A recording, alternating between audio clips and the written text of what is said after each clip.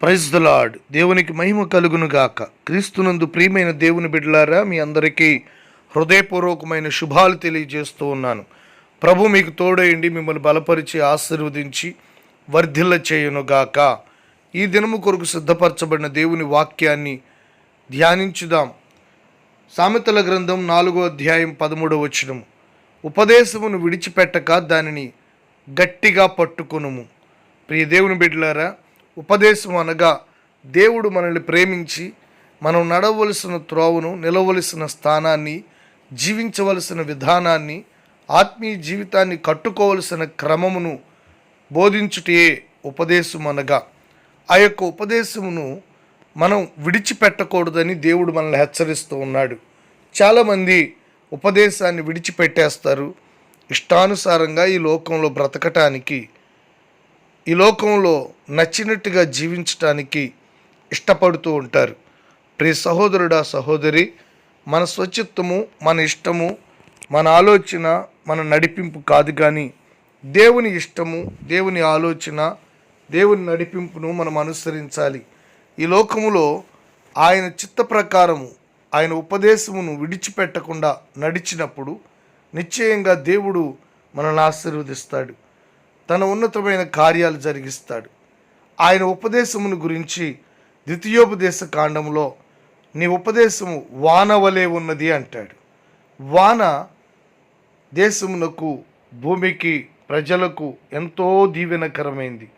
వాన పడితే నీరుంటుంది, వాన పడితే ఆహారం ఉంటుంది, వాన పడితే పంటలు బాగా పండుతాయి, వాన పడితే దేశానికి క్షేమం.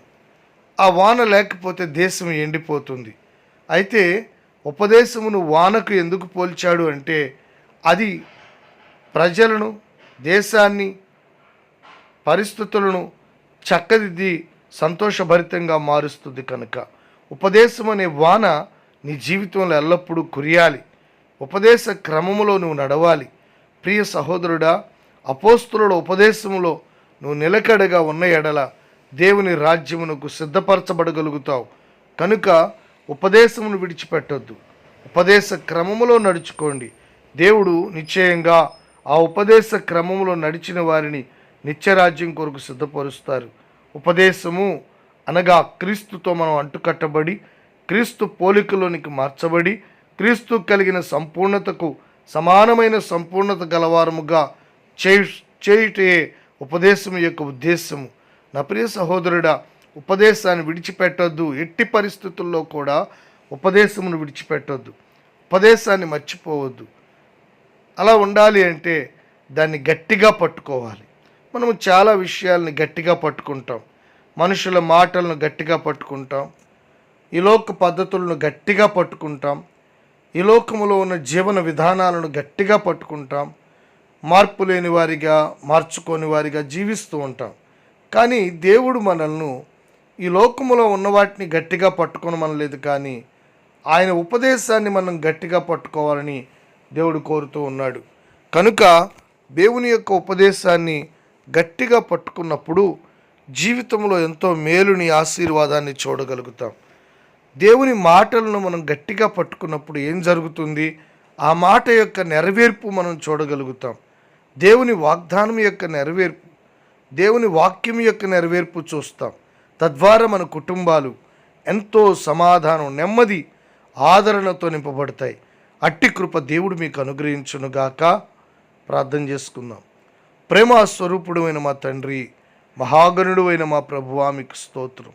నమ్మదగిన దేవా, ఉపదేశమును విడిచిపెట్టక దాన్ని గట్టిగా పట్టుకొనమని మీరు హెచ్చరిస్తున్నందుకు స్తోత్రం. ప్రతి బిడ్డ కూడా ప్రభువా, ఉపదేశాన్ని విడిచిపెట్టకుండా గట్టిగా పట్టుకుని దానిలో నిలకడగా నిలిచి ఉపదేశం వల్ల కలిగే సకల ఆశీర్వాదాలు అనుభవించి, ఉపదేశం ద్వారా మీ రాజ్యం కొరకు, రాకడ కొరకు సిద్ధపడటానికి సహాయం చేయమని ప్రార్థిస్తున్నాను. నా ఉపదేశం వానవలే ఉంటుందని చెప్పిన తండ్రి, వర్షం ఏ రీతిగా ఫలభరితంగా మారుస్తుందో, పచ్చగా మారుస్తుందో, సమస్త దీవెనలు నెమ్మది కలిగిస్తుందో, అలాగున ప్రభువా, ఉపదేశ క్రమంలోని బిడ్డలు వర్ధిల్లుటకు సహాయం చేయమని, మీ రాకడ కొరకు, రాజ్యం కొరకు సిద్ధపరచమని యేసుక్రీస్తు నామంలో ప్రార్థిస్తున్నాము తండ్రి. ఆమేన్.